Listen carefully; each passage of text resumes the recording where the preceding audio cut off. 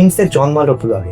বিপ্লব হালিম, পান্নালাল দাশগুপ্ত, সুগত দাশগুপ্ত, এরকম আরো বেশ কিছু মানুষ যারা মোটামুটি চিন্তা ভাবনায় কাছাকাছি, তারা মূলত বীরভূম এবং বীরভূমের চারপাশে গ্রামগুলোতে ঘুরছেন।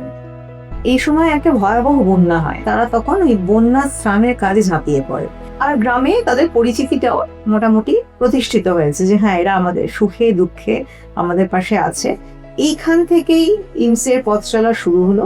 প্রচন্ড দারিদ্র, প্রচন্ড মহাজনী শোষণ, নিরক্ষর অধিকাংশ মানুষই, অধিকাংশ কেন 100% মানুষ নিরক্ষর, কুসংস্কার, বয়স্ক সাক্ষরতা অভিযান, স্বাস্থ্য নিয়ে কথা, কুসংস্কার, ডাইনি প্রথা ইত্যাদির বিরুদ্ধে বড় আন্দোলন তৈরি করা, একটা মাটি বাঁচানোর লড়াই, আর কি জীবন জীবিকা বাঁচানোর লড়াই। সেই আন্দোলনেও ইমসে শরিক হয়ে যায়।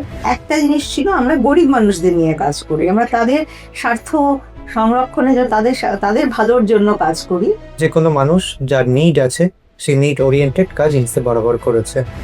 ইমসে কর্মীদের ধরে বেঁধে রাখা হয়েছে, মার দেওয়া হয়েছে, অফিস জ্বালিয়ে দিয়েছে, সেটা অফিস বীরভূমেও জ্বালিয়ে দিয়েছে, অফিস উড়িষ্যাতেও জ্বালিয়ে দিয়েছে, আবার সেখান থেকে ইমসে উঠে দাঁড়িয়েছে।